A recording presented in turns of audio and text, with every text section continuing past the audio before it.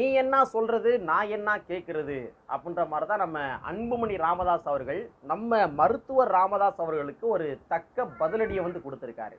இன்னைக்கு காலைல சமூக வலைத்தளங்களை ஓப்பன் பண்ணி பார்த்த உடனே அந்த செய்தி தான் பயங்கரமாக வைரலாக போய்கிருக்கு. நீ சொல்கிறதெல்லாம் என்னால் கேட்க முடியாது, என் இஷ்டத்துக்கு நான் செயல்படுவேன் அப்படின்ற மாதிரி நம்ம அன்புமணி ராமதாஸ் அவர்கள் நம்ம மருத்துவர் ராமதாஸ் அவர்களுக்கு தக்க பதிலடியை வந்து கொடுத்துருக்காரு. உங்க எல்லாரும் தெரிஞ்ச விஷயம்தான். ஒரு 2-3 நாட்களுக்கு முன்பாக நம்ம மருத்துவர் ராமதாஸ் அவர்கள் அன்புமணி ராமதாஸ் அவர்களை பாமகவுடைய தலைவர் பொறுப்பிலிருந்து நீக்குறாரு.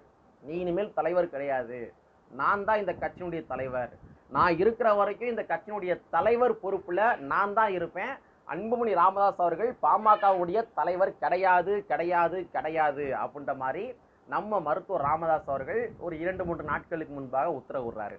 ஸோ அதனுடைய விளைவுகளால் நிறையா நபர்கள் என்ன பண்ணுறாங்கன்னா, அன்புமணி ராமதாஸ் அவர்களுக்கு ஆதரவாக, மருத்துவர் ராமதாஸ் அவர்களுக்கு எதிராக, குறிப்பு அன்புமணி ராமதாஸ் அவர்களுக்கு ஆதரவாக, மருத்துவர் ராமதாஸ் அவர்களுக்கு எதிராக போராட்ட களத்தில் ஈடுபடுறாங்க. யார்? பாமகவை சார்ந்தவர்கள். அதே மாதிரி இன்னும் ஒரு சில நபர்கள் என்ன பண்ணுறாங்க அப்படின்னா, அன்புமணி ராமதாஸ் அவர்களுக்கு எதிராக, மருத்துவர் ராமதாஸ் அவர்களுக்கு ஆதரவாக போராட்டங்கள் பண்ணுறாங்க. என்னதான் இருந்தாலும் எங்கள் பெரிய ஐயா சொல்கிறது தான், அவர் உத்தரவு போட்டார், அன்புமணி ராமதாஸ் அவர்கள் வந்து தலைவர் கிடையாது அப்படின்னு உத்தரவு போட்டார்னா அவர் சொல்கிறத யாராக இருந்தாலும் கேட்டு தான் ஆகணும் அப்படின்ற மாதிரி பாமகவில் இருக்கிற பல நபர்கள் என்ன பண்ணுறாங்கன்னா, நம்ம அன்புமணி ராமதாஸ் அவர்களுக்கு எதிராக களத்தில் இறங்கி போராட்டம் பண்ண காட்சிகளை நம்ம பார்த்தோம்.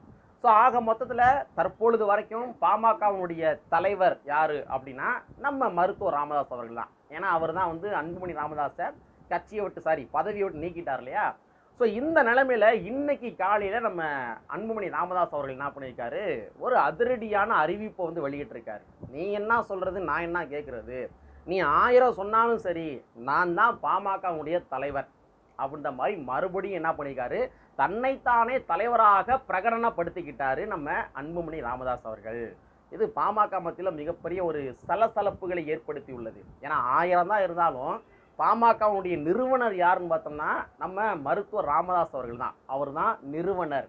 ஆனால் நிறுவனருடைய பேச்சையே கேட்காம நம்ம பாமகவினுடைய அன்புமணி ராமதாஸ் அவர்கள், நீங்கள் என்ன தான் சொன்னாலும் சரி, நான் தான் தலைவர் பொறுப்பில் இருப்பேன், அந்த சீட்டை விட்டு நான் நகரவே மாட்டேன் அப்படின்ற மாதிரி, அந்த இடத்துல நான் பெஞ்சு தேய்ச்சிட்டு தான் இருப்பேன் அப்படின்ற மாதிரி நம்ம அன்புமணி ராமதாஸ் அவர்கள் மருத்துவர் ராமதாஸ் அவர்களுக்கு தக்க பதிலடியை வந்து கொடுத்துருக்காரு. அதனால் தொண்டர்கள் மத்தியில் கடுமையான சலசலப்பு, அன்புமணி ராமதாஸ் அவர்கள் மேலே கடுமையான கோபங்கள் ஏற்பட்டிருக்கு. அது எப்படி வந்து ஒரு தலைவர், நிறுவன தலைவரே சொல்லிட்டார் அப்படின்னா இவர் எப்படி மறுபடியும் எதிர்த்து பேசலாம் அப்படின்ற மாதிரி கடுமையான கோபங்கள் இருக்காங்க. ஸோ இதற்கு பின்னாடி ஒரு மிகப்பெரிய அரசியல் சூழ்ச்சிகள் இருக்குது. இந்த பிளவுக்கான முக்கியமான காரணம் வேற இருக்குது. அந்த காரணங்கள் என்ன அப்படின்றதையும் கூட இந்த காணொலியில் நம்ம பார்த்துருவோம். அதாவது ஒன்றும் கிடையாது, பாமக பாட்டாளி மக்கள் கட்சி என்று சொல்லப்படுகின்ற கட்சி முதலாக அரசியல் களத்துக்குள்ள பயணிக்கின்ற பொழுது அவங்க எந்த கொள்கையை தூக்கி பிடிச்சாங்க அப்படின்னா, தந்தை பெரியாருடைய கொள்கை, அதே மாதிரி மாமேதை மார்க்ஸுடைய கொள்கை, புரட்சியாளர் அம்பேத்கருடைய கொள்கை. ஸோ 3 சிந்தனைகளையும் ஏற்றுக்கொண்ட ஒரு கட்சி தான் பாட்டாளி மக்கள் கட்சி அப்படின்ற மாதிரி தன்னைத்தானே பிரகடனப்படுத்திக்கிட்டாரு ஆரம்ப காலகட்டத்தில். ஸோ அதற்கு ஏற்ற மாதிரியும் கூட களமாடினார், நம்ம இல்லைன்னு மறுக்கவே முடியாது. மருத்துவர் ராமதாஸ் அவர்கள் சாதி ஒழிப்பு களத்தில் தன்னை ஈடுபடுத்திக்கிட்டாரு. அது வந்து மறுக்க முடியாத ஒரு கூற்று. ஒரு பட்டியல் சமுதாயத்தை சார்ந்த ஒரு பிணத்தை கூட தூக்க முடியலை அப்படின்ற மாதிரி செய்தி வந்த உடனே மருத்துவர் ராமதாஸ் அவர்களே டைரக்டாக ஸ்பாட்டுக்கு போய் அங்கே நின்று அதை கிளியர் பண்ணி விட்டார். அதை எப்படி இங்கே பட்டியல் சமுதாயத்து மக்களுடைய பிணத்தை தூக்கிடாமல் தடுக்கலாம் அப்படின்ற மாதிரி அவரே களத்தில் இறங்கி முன்னாடி நின்று அந்த பிணத்தை தூக்குவதற்காக உதவி புரிஞ்சார். ஸோ மருத்துவர் ராமதாஸ் அவர்களுக்கு தமிழ் குடிதாங்கி அப்படின்ற மாதிரி நம்ம அண்ணன் திருமாவர்களும் கூட ஒரு பட்டத்தை கொடுத்திருந்தார். ஸோ அந்த மாதிரி சமூக நீதி பயணத்தில் சாதி ஒழிப்பு களத்தில் பயணித்த அந்த பாமக என்று சொல்லப்படுகின்ற ஒரு கட்சி நாளடைவில் என்ன ஆகுதுன்னா, விடுதலை சிறுத்தை கட்சியுடைய வளர்ச்சியின் காரணமாக கொஞ்சம் கொஞ்சமாக சாதியவாதிய கட்சியாக அந்த கட்சி மாற ஆரம்பிச்சிச்சு. ஆனால் அன்புமணி ராமதாஸ் அவர்கள் என்னைக்கு கட்சிக்குள்ள வந்து தலைமை பொறுப்பை ஏற்க ஆரம்பிக்கின்றாரோ, என்னைக்கு வந்து தலைமை பொறுப்புக்கு வந்து போட்டி போட ஆரம்பிக்கிறாரோ, அன்றிலிருந்து பாமக என்று சொல்லப்படுகின்ற கட்சி சாதி ஒழிப்பு களத்திலிருந்து அப்படியே டைவர்ஷன் ஆகி, சமூக நீதி களத்திலிருந்து டைவர்ஷன் ஆகி அப்படியே சாதியவாத இயக்கமாக வந்து மாற ஆரம்பிக்குது. எப்படி பாமக சாதியவாத கட்சியாக வந்து பயணிக்க ஆரம்பிக்குது. அன்புமணி ராமதாஸ் அவர்கள் சாதி ரீதியாகவே அந்த கட்சியை கொண்டு போனார். ஆனால் மருத்துவர் ராமதாஸ் அவர்கள் ஆரம்ப காலகட்டத்தில் இந்த கட்சியை சமூக நீதி பயணத்தில் கொண்டு போனார், சாதி ஒழிப்பு காலத்தில் கொண்டு போனார். ஸோ இந்த மாதிரி பாமக என்று சொல்லப்படுகின்ற அந்த கட்சிக்கு வந்து இருவேறு தலைமைகள். ஒன்று மருத்துவர் ராமதாஸ் அவர்கள் சமூக நீதி பயணம், அதுவும் அவரும் கூட நாளடைவில் வந்து ஒரு சாதியவாதியாக வந்து மாறி போயிட்டாருன்றது ஒரு பக்கம். ஆனால் ஆரம்ப காலகட்டத்தில் அவருடைய பயணங்கள் என்பது அவ்வாறு கிடையாது. ஆனால் அன்புமணி ராமதாஸ் அவர்கள் தலைமை பொறுப்பை ஏற்றதிலிருந்தே இல்லாட்டி தலைமை பொறுப்புக்கு வருவதற்கு ஆயத்தமாகி கொண்டிருந்த வேளையிலும் கூட அவர் சாதியை தான் கூர்மைப்படுத்தினாரே தவிர அவர் எங்கேயுமே சமூக நீதியை, சாதி ஒழிப்பை கூர்மைப்படுத்தியது கிடையாது. ஸோ பாமக பொறுத்த வரைக்கும் ஒரு இரண்டு வேறு தலைமைகள், இதுலேயே பயங்கரமான முரண்பாடுகள் வந்து இருக்குது. ஸோ இந்த நிலைமையில தான் நம்ம அன்புமணி ராமதாஸ் அவர்கள் சுகாதாரத்துறை அமைச்சராக வந்து மாறுறாரு. சுகாதாரத்துறை அமைச்சராக மாறியதற்கு பின்பாக பல ஊழல் வழக்குகள் வந்து அவர் மேலே வந்து பதியப்படுகின்றது. அன்புமணி ராமதாஸ் அவர்கள் மேலே பல ஊழல் வழக்குகள் பதியப்படுகின்றது. ஸோ அந்த ஊழல் வழக்குகளுடைய நீட்சியாகத்தான் நம்ம பாமக என்ன பண்ணுறாங்க, நிபந்தனைகள் இல்லாமல் நம்ம பாஜகவுக்கு ஆதரவு அளிக்க ஆரம்பித்தாங்க. பாமக இப்போ எப்படி வந்து ஆதரவு அளிக்க ஆரம்பிக்கிறாங்க பாஜகவுக்கு? ஏன்னா ஒரு தமிழ்நாட்டில் ஒரு முக்கியமான கட்சி, தனி சின்னத்தை வைத்திருக்கின்ற ஒரு கட்சி, அங்கீகரிக்கப்பட்ட ஒரு கட்சி. அந்த கட்சி என்ன பண்ணுறாங்க, தனக்கு எங்கே இடி ரைடு வந்து விடுமோ, தனக்கு எங்கே அமலாக்கத்துறை ரைடு வந்து விடுமோ, அந்த ரைடுக்கு பயந்துக்கிட்டு, அந்த ரைடுக்கு அச்சப்பட்டு கொண்டு என்ன பண்ணுறாங்கன்னா, அவங்க நிபந்தனைகள் இல்லாமல் பாரதிய ஜனதா கட்சிக்கு வந்து ஆதரவு தெரிவிக்க ஆரம்பிக்கிறாங்க. இத்தனைக்கும் கடந்த 2018ஆம் வருடம் மருத்துவ மத்திய தொகுப்பில் ஓபிசி மக்களுடைய 27% இடஒதுக்கீடு நம்ம பாஜக வந்து எடுத்துடுறாங்க. இன்னும் சொல்ல போறாந்தா அந்த ஓபிசி என்று சொல்லப்படுகின்ற கேட்டகரிக்குள்ள வன்னியர் சமுதாயத்தை சார்ந்த மக்களும் உள்ள வராங்க. அவங்களும் அந்த 27% இடஒதுக்கீட்டின் அடிப்படையில் மருத்துவம் படிக்க முடியல. ஆனால் இந்த மாதிரி பாஜக மக்கள் விரோத சட்டங்கள், மக்கள் விரோத மசோதாக்கள், ஏன் வன்னியர் சமுதாய மக்களுக்கு எதிரான ஒரு சட்டங்கள் கொண்டு வந்திருந்தாலும் கூட நம்ம அன்புமணி ராமதாஸ் அவர்கள் பாஜகவை எதிர்த்து பேசவே இல்லை, பாமகவும் எதிர்த்து பேசவே இல்லை. அதற்கு முக்கியமான காரணம் என்னன்னா, அன்புமணி அவர்களுக்கு மேலே ஒரு கத்தி தொங்கிக்கிட்டே இருக்குது.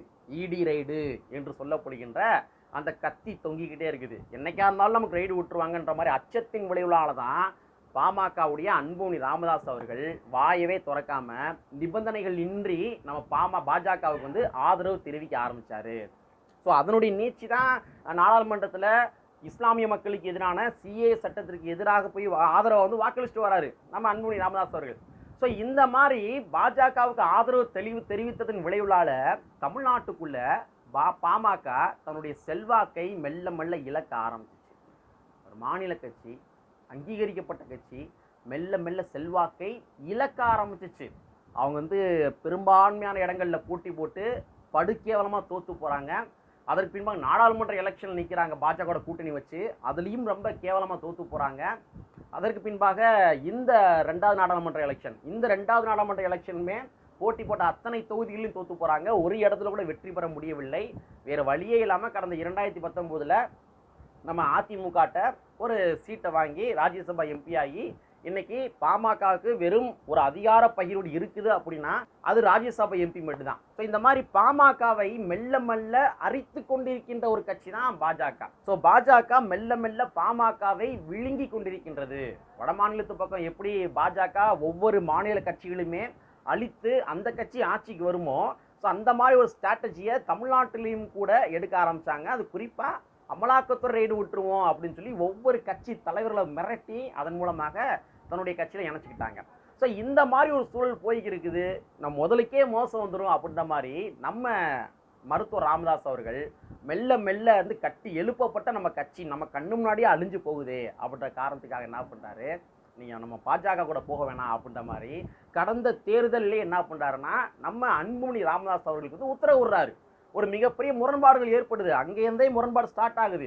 ஏன்னா அன்புமணி ராமதாஸ் அவர்களுக்கு எப்படியாச்சும் பாஜக கூட தான் போய் ஆகணும், அந்த மக்கள்லாம் கொண்டு போய் பாஜக அடகு வைக்கணும். ஏன்னா வேறு வழி கிடையாது. ஏன்னா நம்ம மேலே ஊழல் வழக்கு இருக்குது, நாளைக்கு நமக்கே ஈடு விட்டுருவாங்க அப்படின்ற காரணத்துக்காக பாஜக கூட இணைப்பதையே அவர் குறியா வச்சிருக்காரு. ஆனால் மருத்துவர் ராமதாஸ் அவர்கள் குறைந்தபட்சம் கட்சியை வச்சு காப்பாற்றிக்கிடுவோம், நம்ம வந்து எப்பேற்பட்ட கனவுகளோட இந்த கட்சியை ஆரம்பித்தோம், குறைந்தபட்சம் கட்சியை வச்சு காப்பாற்றுவோம் அப்படின்னு சொல்லி கடந்த தேர்தலிலேயே பாஜகவோட கூட்டணி வைக்கக்கூடாதுன்னு சொன்னவர் தான் நம்ம மருத்துவர் ராமதாஸ் அவர்கள். ஸோ அதையும் கேட்காம தான் போய் நம்ம ஆள் என்ன பண்ணார், அன்புமணி ராமதாஸ் கட்சியோட போய் பாஜகவோட போய் இணைச்சி விட்டாரு. ஸோ இந்த மாதிரி குறைந்தபட்சம் கட்சியாச்சும் காப்பாற்றிக்கிறோம் அப்படின்ற காரணத்துக்காக தான் இந்த தேர்தலிலும் கூட நம்ம அன்புமணி ராமதாஸ் அவர்கள் பாஜகவோட கூட்டணியில் போயிடுவாரோ அப்படின்ற மாதிரி அச்சத்தின் விளைவால நம்ம கட்சியை வந்து இந்த 2026 தேர்தலோட சமாதி கட்டிடுவாங்களோ அப்படின்ற மாதிரி அச்சத்தின் விளைவால தான் இந்த கூட்டணி முடிவெடுக்கிற அதிகாரம் என்பது தலைவர் பொறுப்புக்கு தான் இருக்குது. அப்ப நீ தலைவராக இருந்தனா என்ன பண்ணுவ? நாளைக்கு சரத்குமார் போய் தன்னுடைய கட்சியை பாஜக கூட இணைச்ச மாதிரி நீயும் கூட பாமகவை இணைப்பதற்கான வாய்ப்புகள் இருக்குது. அதனால வந்து உன்கிட்ட தலைவர் பொறுப்பு இருந்தா மட்டும்தானே நீ வந்து என்ன பண்ணுவ, டிசைட் பண்ணுவ, தீர்மானிக்கக்கூடிய அதிகாரத்தில் இருப்ப. நீ தலைவர் பொறுப்பு கிடையாது அப்படின்னு சொல்லி குறைந்தபட்சம் தன்னுடைய கட்சியை காப்பாற்றுவதற்காக நம்ம மருத்துவர் ராமதாஸ் அவர்கள் என்ன பண்ணியிருக்காருன்னா அவர் தலைவர் பதவி விட்டு தூக்கியிருக்காரு. ஸோ இதுதான் நிதர்சனமான உண்மை, இதான் யதார்த்தமான உண்மை. ஸோ இந்த மாதிரி ஒரு அரசியல் சூழல் காரணமாகத்தான் அன்புமணி ராமதாஸ் அவர்களை பதவியை விட்டு தூக்கியிருக்காரு நம்ம மருத்துவர் ராமதாஸ் அவர்கள். நீ என்னதான் என்ன பதவி விட்டு தூக்கினாலும் சரி, நான் இந்த கட்சியை கொண்டு போய் பாஜகவோட சேர்த்துருவேன் அப்படின்ற காரணத்துக்காக தான் நம்ம அன்புமணி ராமதாஸ் அவர்கள் நான் தான் தலைவர், நீ 1000 சொல்லு, நான் இந்த இடத்த விட்டு போக மாட்டேன், இந்த சீட்டை விட்டு போக மாட்டேன் அப்படின்ற மாதிரி அன்புமணி ராமதாஸ் அவர்கள் அந்த பெஞ்சு தேய்ச்சிட்டு உட்காந்துக்கு இருக்காரு. ஸோ இந்த மாதிரி அரசியல் சூழல் போய்கிருக்குது. ஸோ என்னை பொறுத்த வரைக்கும் பாமகவில் இருக்கிற தொண்டர்கள் சரிவர புரிந்து கொள்ள வேண்டும். அன்புமணி ராமதாஸோடைய தலைமையை ஏற்றுக்கிட்டீங்க அப்படின்னா ஒன்று ரொம்ப சிம்பிள், நீங்கள் வந்து அந்த பாமகவுடைய துண்டை போட தேவையில்லை, இப்போ இருந்தே ஒரு காவி துண்டு வாங்கி போட்டுக்கங்க, உங்களை நீங்கள் தயார்படுத்திங்க. ஏன்னா நாளைக்கு நீங்கள் பாஜகவில் தான் சேர போகிறீங்க, உங்கள் கட்சியே பாஜகவில் போய் இணைய போகின்றது. ஸோ குறைந்தபட்ச கட்சியவாச்சு காப்பாற்றும் அப்படின்ற காரணத்துக்காக தான் மருத்துவர் ராமதாஸ் அவர்கள் தலைவர் பொறுப்பில் தான் நீக்கியிருக்காரு. ஸோ சூழ்ச்சிகள் அறிந்து பாமகவை சார்ந்த தொண்டர்கள் களமாடினால் மாநில கட்சி வந்து தப்பிக்கும், இல்லாட்டி பாஜகவோட தான் சரத்குமார் கட்சி போன மாதிரி போகும் என்பதை கூறிக்கொண்டு கற்பி ஒன்று புரட்சி செய்து புரட்சம்பவ வரை கூறிக்கொண்டு நிறைவு செய்கின்றேன். நன்றி, வணக்கம்.